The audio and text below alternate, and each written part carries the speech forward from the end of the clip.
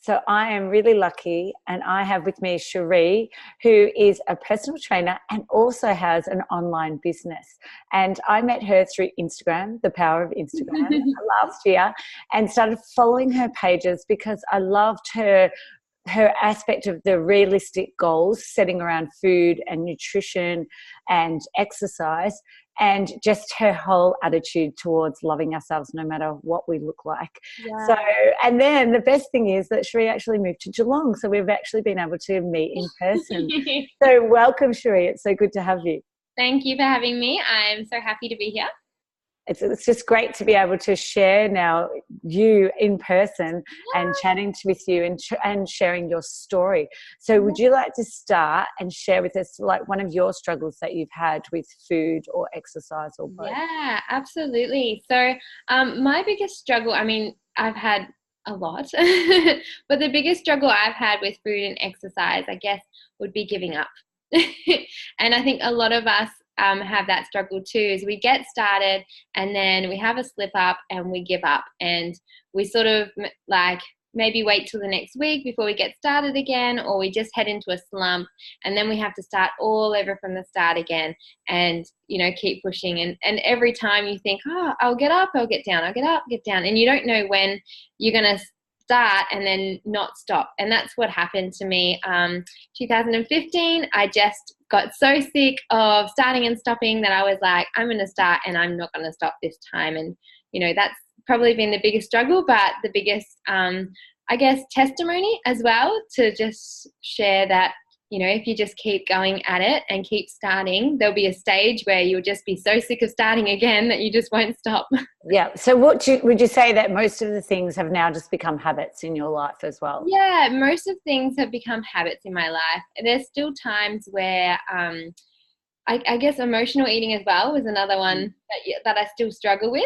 And, even like I'm pretty body positive, as you were saying, but there's times where you just wake up and you feel negative about yourself. And instead of going and rolling back into old habits, trying to pick up new habits and stick to those instead. So, yeah. Yeah.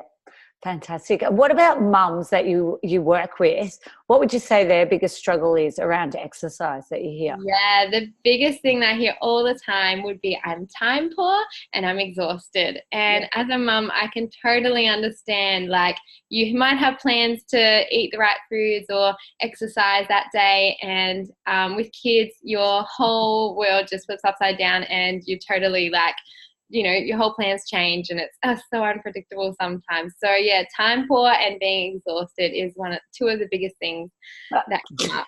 and that is definitely one of the things that I hear, both of those, but in particular the time poor, which is why I suppose I refer to you and your program because of that issue. So what would you give then 2 strategies for mums to use who say they are time poor? Yeah. So the first strategy is you have to prioritize yourself. You have to see exercise as important to you and put it as a priority. So I think, we all get 24 hours in the day. And if you really concentrate on making it a priority that your health, your fitness, even your food is a priority, then things will just change and start working for you. The second thing is that exhaustion kicks in. So even though you might put yourself as a priority, by the time you get your you time, you'd rather sit and watch The Bachelor rather than do some exercise.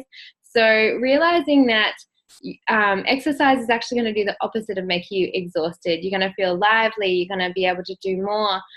So I always tell my clients, make sure that you just aim to do that warm up. So that first 3 minutes, and you can put a timer on your phone and say, okay, I'm doing a warm up, jogging on the spot, couple of star jumps if you can, or even just going for a walk around the block. And if you still feel exhausted, then definitely say no to exercise. But all of a sudden your whole energy and your mood flips around. You go, yeah, I could do maybe 15 minutes. Okay, I could probably do another 10 minutes. And all of a sudden you've got your 30 minutes in for the day. Isn't it amazing? Just that small tip of that 3 minutes and giving yourself that Just time. 3 minutes. And just dedicate it to just that 3 minutes. Otherwise, it does feel exhausting and overwhelming. But that 3 minutes every time. I used to be so exhausted. I used to be a school teacher and deal with a lot of kids. And come home and I would just go, okay, if I just do the warm up, see how I feel. Sometimes I am exhausted and I just go straight back upstairs after I do my warm up. But that's probably happened about once every 3 months. Every other time I would, be able to do the warm up and go, yeah, I'm feeling energized. I'll push through. I feel great. And then afterwards, complete flip, 100 flip. Yeah, isn't it that great, that adrenaline that just kicks in after the 3 minutes and really, Absolutely. that motivation to keep going? Because I'm the same. I feel like when I get out of bed in the morning to get to the gym, but I know that after that warm up, I'll be so motivated and feel so good when I actually get home. Yeah, motivation, it doesn't stay around. It might stay around for a little bit and you go, yes, I'm excited. I'm going to get fit. And you buy the new sports gears, you sign up to the membership. But for the first 2 weeks, that motivation is there and then it's gone. I don't know what happens to it. Yeah. If someone finds it, let me know, but it is gone. And then afterwards, it's just consistency. So making sure you put the plans in place. They might not be the same plans every week. My plans are, I train Monday to Friday with a break on Wednesday, and then I train Saturday only. That might be different for you, but if you have that plan in place and something happens on Monday, I know I can change that Monday to be Wednesday because Wednesday is my next rest day. So then it's just being consistent and getting there and doing the job. Yeah, so that two things, that having it as a priority is going to motivate you, and then and over time build it in as a habit so that making those plans. Yeah, definitely with a plan. So what about you? What are your 2 non-negotiables for yourself each week or day? Like things that you would do that you don't question. You go, no, I'm going to do this, whether it's eating healthy, whether it's going to bed early, whatever it is. Okay. My non-negotiables, my first one, I guess, would be I don't let myself give up. And I said that at the start. I really that's my non-negotiable. Instead of saying I'm going to reset the next day or reset the next week, I make sure that next meal that I'm eating healthy again. Or, I don't skip a meal. If I've just overeaten, then I'm just like, okay, next meal, straight back into it again. Or if I slip up or feel negative about myself, it's not going to make me stay away from the gym. I'm going to go to the gym anyway. Yep. That's number one. And number 2 is get moving at least 3 to 5 times a week. And even if it's like an injury for your leg and you can't really move your legs, you can do something like swimming or boxing class or, just ab exercises. So always get moving, but, sometimes it might be not what you expected. And I'm surprised you didn't mention your dogs. Oh, and my dogs, yeah. At the moment, they're very, very tired, sleeping away. So tell us a little bit more then about the Project Body Happy and even how that came about as well. Yeah, perfect. So Project Body Happy is my online business. I basically made it because I worked full time and I would come home and I wanted to train myself, I guess, in my own living room. It came about because I too had intimidation, like I would be intimidated to go to the gym. I'd be intimidated to go do fitness classes. I hated PE growing up. I just wanted to be exercise, but in my own comfort and in my own I guess, limitations as well. So you know yourself the best way. So with Project Body Happy, I created it so that anybody can do it no matter what fitness level. It does push you and challenge you. There are alternatives to every exercise and you've got a time limit, but you are timed to yourself. So you push yourself as hard as you like. There's 15-minute options and 30-minute options.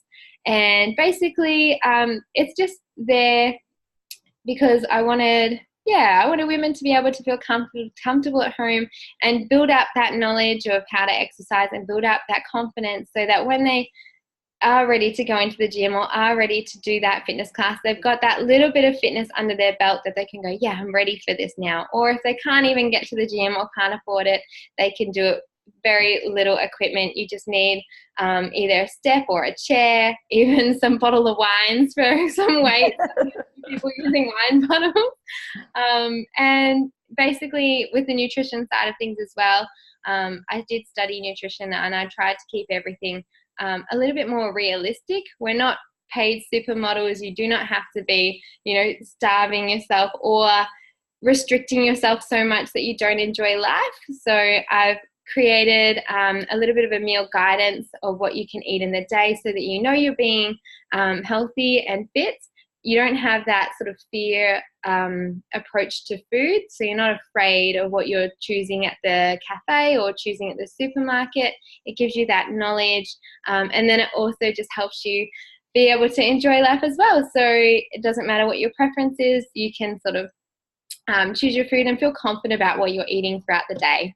I did Project Body Happy in January last year, and I loved because it was holidays, so I wasn't able to get to the gym, and then we were away for 2 weeks camping, and I was able to still continue on doing some exercise by doing it on the beach. And I just found things like a seat in the bench, bench seat in the park to use. And it was great. And even my kids, whenever I did do your program, my kids would join in with me. I love that. Yeah. I've had a few people who send me photos of their kids doing some of the little moves, and I'm like, great. So I do see that as a real benefit for mums to do it at home, that's really great role modeling for their children. Exactly, definitely. And look, me personally as well, I didn't have that role modeling growing up, and if I did, I probably wouldn't have the health issues that I maybe have today, like PCOS and also fructose intolerance and like different intolerance to foods, because and also just outlook of life. Like I had to really study and learn these things by going to college, but we shouldn't have to do that. We should be able to just know it, like in ourselves, what our body is able to do, and not have a fear that we're doing the wrong thing or that we're not doing enough. So, just have happy bodies. And what about then your PT? Because I know a lot of mums in this group are in Geelong. So, share where you're working at the moment. So at the moment, even though I have my online business, I work at Sharee Fitness as well, which is in St. Albans Park. And it's a small female personal training studio. It's really comfortable. One of the girls, Lauren, she owns the gym. She used to run Contours in Newcombe. So now we're running it there. So it's, it's perfect. So you can head to the Facebook or Instagram for Training Fitness, or there's Project Body Happy as well. And my website is ShareeAnneFitness.com. So don't go Project Body Happy instead. ShareeAnneFitness.com, and I've got a Instagram and website as well on there. Beautiful. Thank you so much, Sharee, for your time. And we'll catch up again soon. Yeah, definitely. Okay. Thanks.